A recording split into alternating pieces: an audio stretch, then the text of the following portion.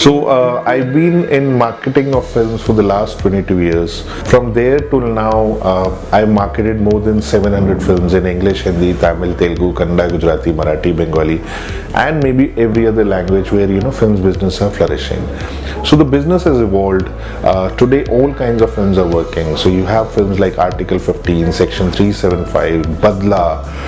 These are films at maybe 5 years back, if somebody would have got a script, maybe the studios would have not approved them, but today all kinds of films are working, from houseful to the smaller films. I also feel that there are two things which any product needs to work upon. One is the cost of production, and the second is how well you can plan it, for which you need to have time and pre-planning of things. And I think that's the journey I'm living.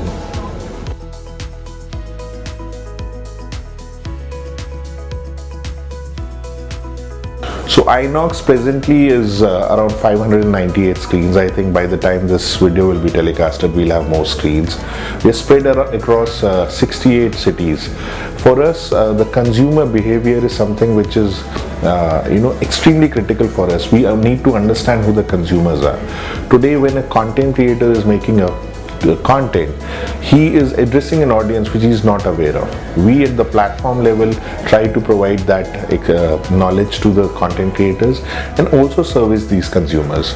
So our biggest brand philosophy is to create that experiential marketing. It means that you're coming to watch a movie, you're coming to have food, you're coming to spend a good evening, but how can we make it extra special for you? Can we make you meet the stars? Can we do something virtually?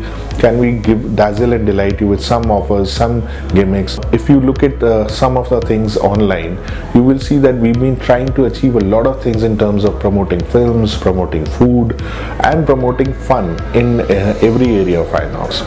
We have marketeers all across 68 cities. We call them superstars. These are the superstars who make the audience the superstar. So experiential marketing is a core essence for marketing.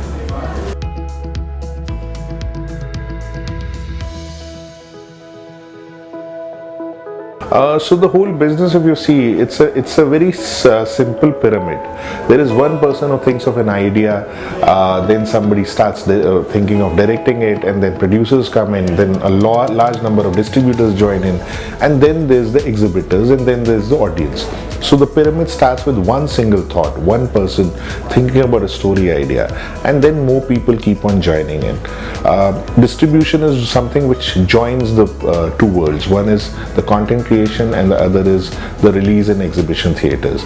So anybody who wants to become a creator can easily become a distributor. Anybody who is a distributor can easily become an exhibitor or a platform to exploit the content. I think the whole pyramid is so intermingled with each other.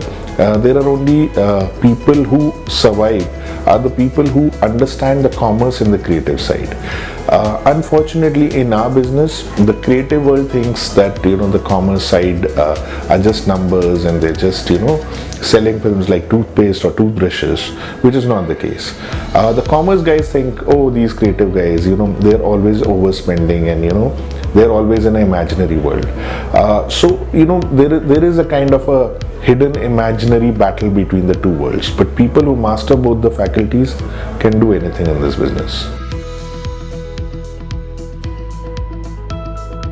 So the audience which is coming to cinemas is pretty young, and when I say young, it's between 15 to 35 years of age group.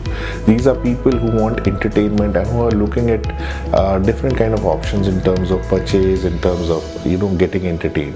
And most of them are consumers which come with families. So I guess most of the brands who are targeting entertainment hubs, INOX provides that platform which gives them captive audience to target brands which are targeting families.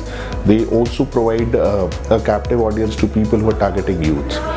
These are the audiences, and then the audiences also change according to the film. So when you see a film like Kabir Singh, the audience will be more young, and then you see a film like War, again young. But then when a Rajshri film comes or a Diwali release comes, then families just throng in. And this pattern is unique in its own way, but yet similar in almost every state, every city, every 600 odd screens we are in 68 cities, the pattern is the same. So I guess the audience coming to cinemas are like me and you. They're willing to explore, they're willing to look at options, and they have ample time to understand other brands as well. So it's a great place to advertise as well.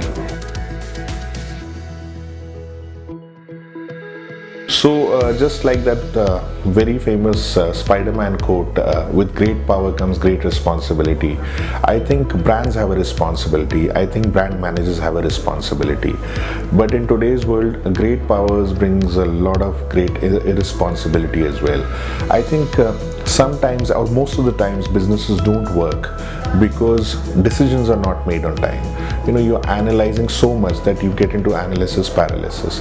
That is what is happening in most of the advertising and the marketing campaigns.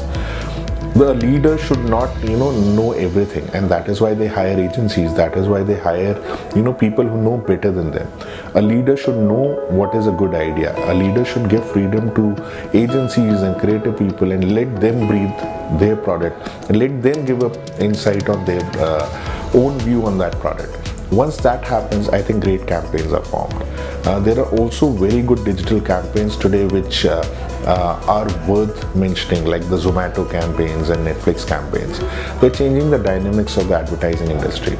So I think we need to evolve more, and then with great power will come great ideas and great campaigns and more successful brands.